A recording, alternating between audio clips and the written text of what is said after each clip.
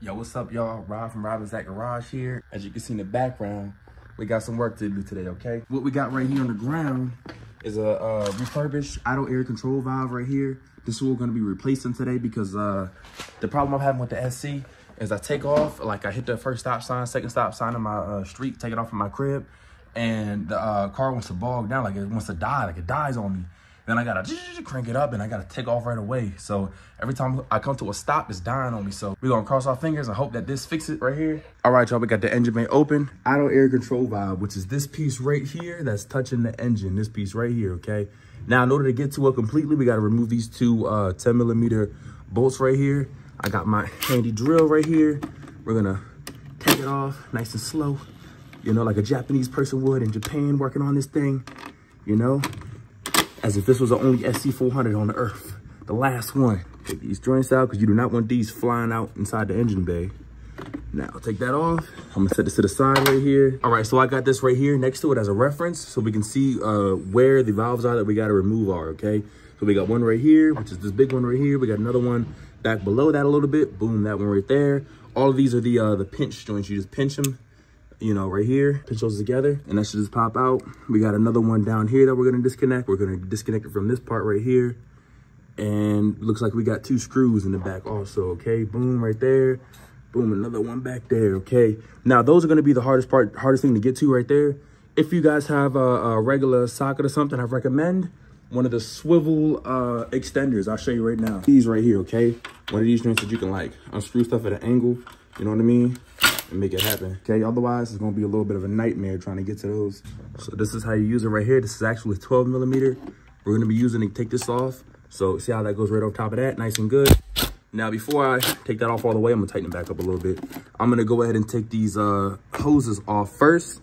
That way I got some more leverage and this isn't wobbling around while I'm trying to remove the hoses, okay? So pliers first, and we're gonna remove these hoses, okay? Let's get it.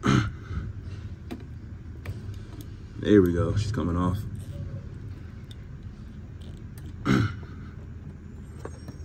All right, so we got one of them off right there. Now, next one is gonna be this right here. We're gonna take this one off right here. It's kind of hard to do, well, very hard to do with one hand. Jesus Christ. Whoa, we got some fluid coming out of that joint.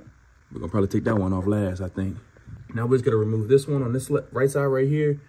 And this one on this left side, that black piece right there, black piece right there, okay, and that'll be it. Okay, now that we got all the hoses loosened up, that one, big one's off, and the rest of them are just kind of like loose. The clamps or whatever, I'm gonna go ahead and remove these nuts off of this.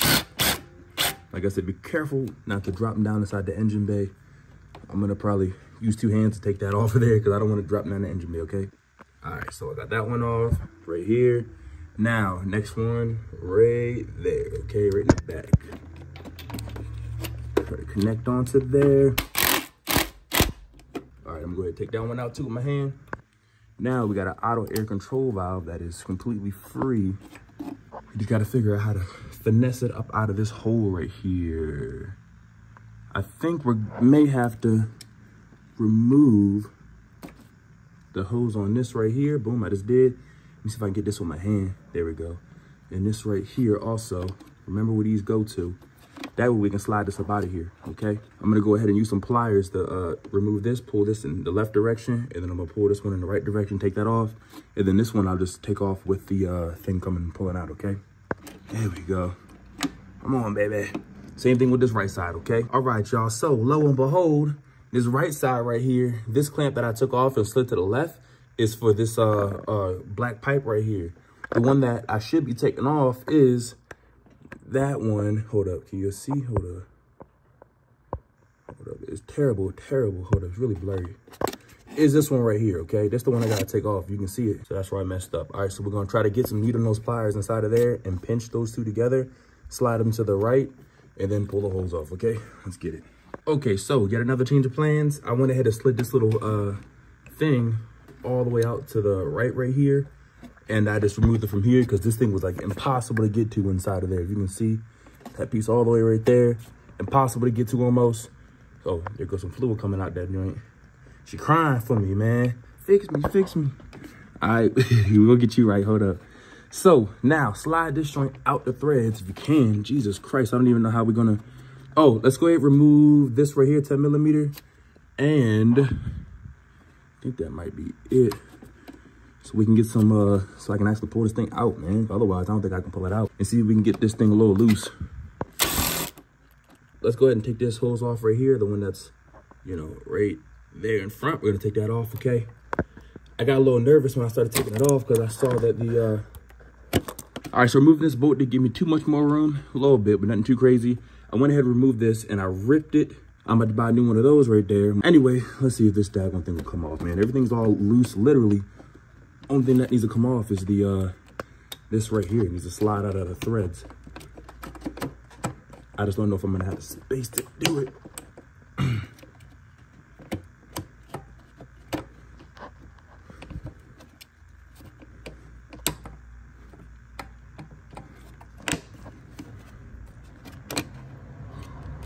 All right, so I had to use both my hands, but I was able to get it out. Jesus Christ. Now we just gotta unplug this right here. I'm gonna have to use both my hands to do that too. Unplug this plug, okay, y'all? Okay, now, see that part down the side of there? That's what typically gets dirty and clogs it up.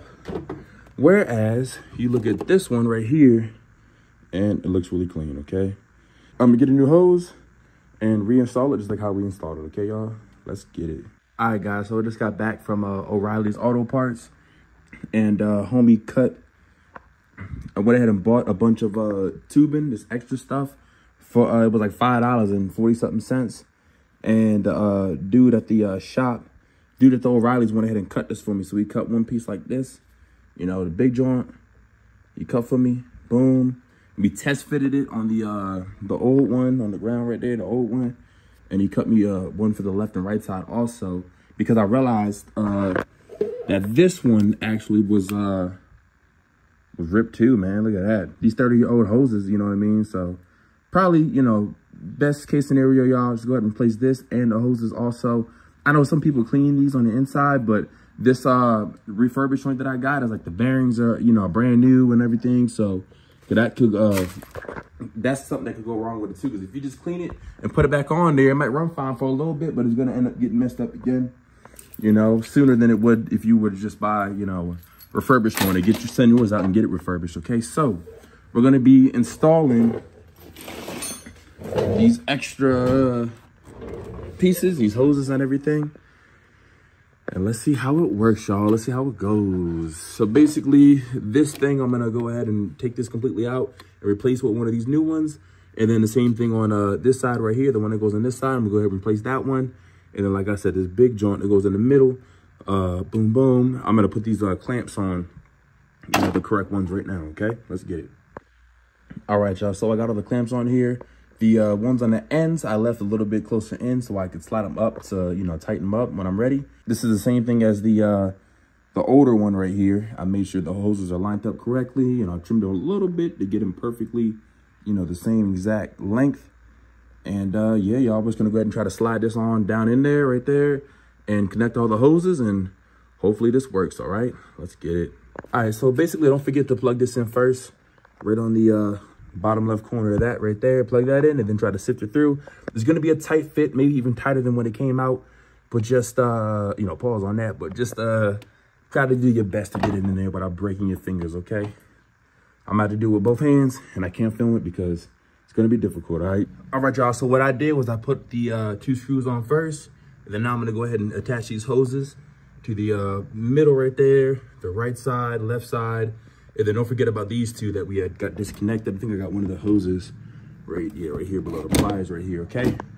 Connect everything up and prayers up that this thing works, man. We're gonna test it out. All right, y'all. That was not very fun at all, but I got that hose on there. I got this one down there on there. All the clamps, the big one right here. That one right there to there. Now, I'm gonna get this little small hose. I noticed that this got disconnected also in the process, so I'm gonna connect that back. Let's see, connect this one back on there. Push it on there as much as I can. I'm not exactly sure what that goes to, but I'm gonna attach this one also. I think I went like this. Yeah, it went like this. Like that. And then like that. I'll slide it all the way on there as much as I can. And then we got this last one right here that goes right here. Push it all the way on, and then don't forget about the little clamp piece. That's all the way down here. All right, I could probably do this with my fingers. Yep. Clamp that on there. And to me, it looks like we're ready to rock. We just got to put this bolt back in here. Remember this thing that we took out? To try to make it a little bit easier. If you could take this whole little middle cable piece off, do it.